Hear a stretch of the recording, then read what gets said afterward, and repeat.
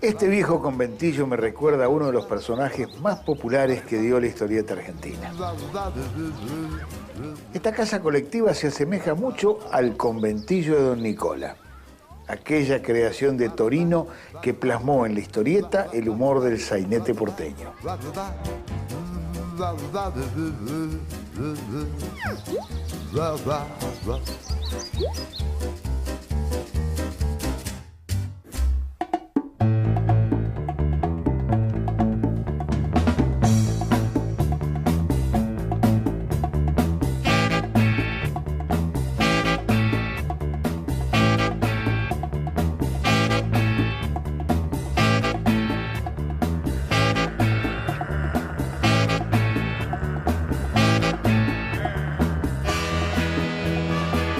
Continuará. Conventillo es el nombre de la historieta de Héctor Torino, publicada a partir de 1937 en la revista Aquí está. Torino se llamaba realmente Héctor Locurátolo, pero fue famoso como Torino y fue famoso por el conventillo. El conventillo es el tipo de vivienda colectiva característica de la ciudad de Buenos Aires en el primer cuarto del siglo XX. Es el lugar donde fueron a recalar los inmigrantes de todas partes del mundo.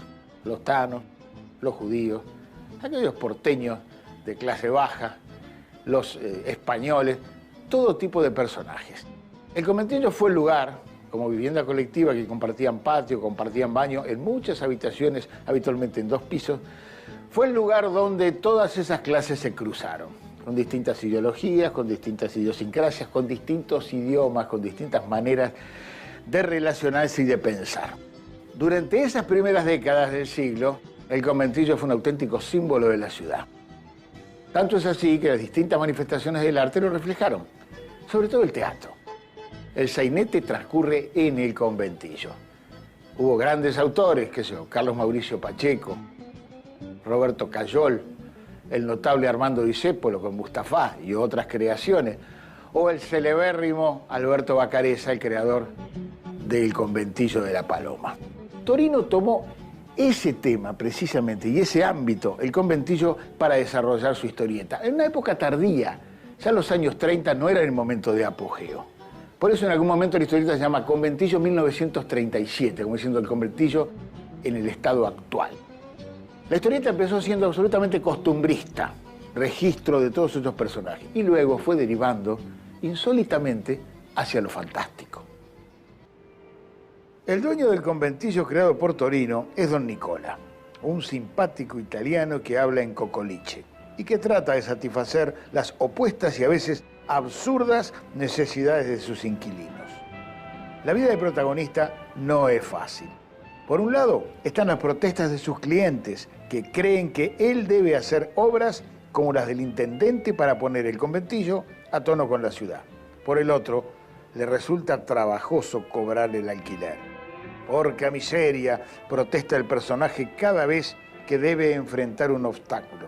Pero en el fondo, Don Nicola es componedor y más allá de su carácter gruñón, tiene buen corazón. Su buena voluntad resulta muchas veces estafada, hecho que origina el remate de cada una de las entregas.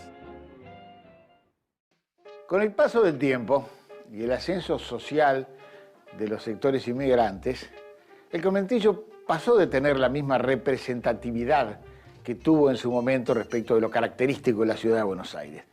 Y la historieta de Torino reflejó esa modificación. Tanto es así que fue abandonando el costumbrismo y se fue adentrando cada vez más en la fantasía pura. Alguna vez Torino explicó que ese viraje en el contenido de su historieta tenía que ver con algún requerimiento de los editores, que consideraron que el registro realista ya estaba un poco fuera de lugar, y eso le dio más espacio a la fantasía. Torino dibujó su historieta durante muchas décadas e incluso se publicó hasta el momento de su muerte, a principios de los años 90, que eran refritos de publicaciones anteriores.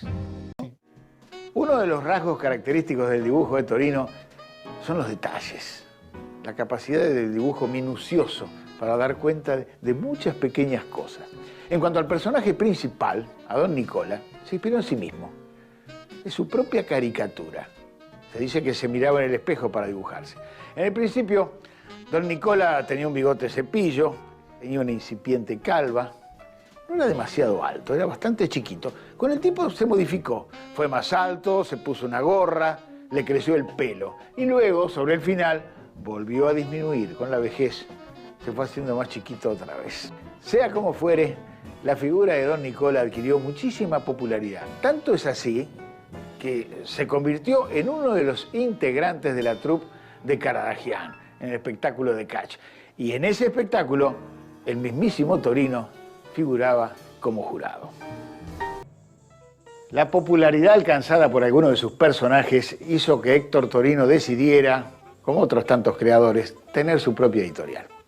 Así, sus personajes más famosos, como Barrabás, como el mago Fungito, como Pascualín y su barra y como el mismo don Nicola, fueron títulos de revistas independientes. Cada una de esas revistas tuvo una tirada descomunal y muchísimo éxito durante los años 60.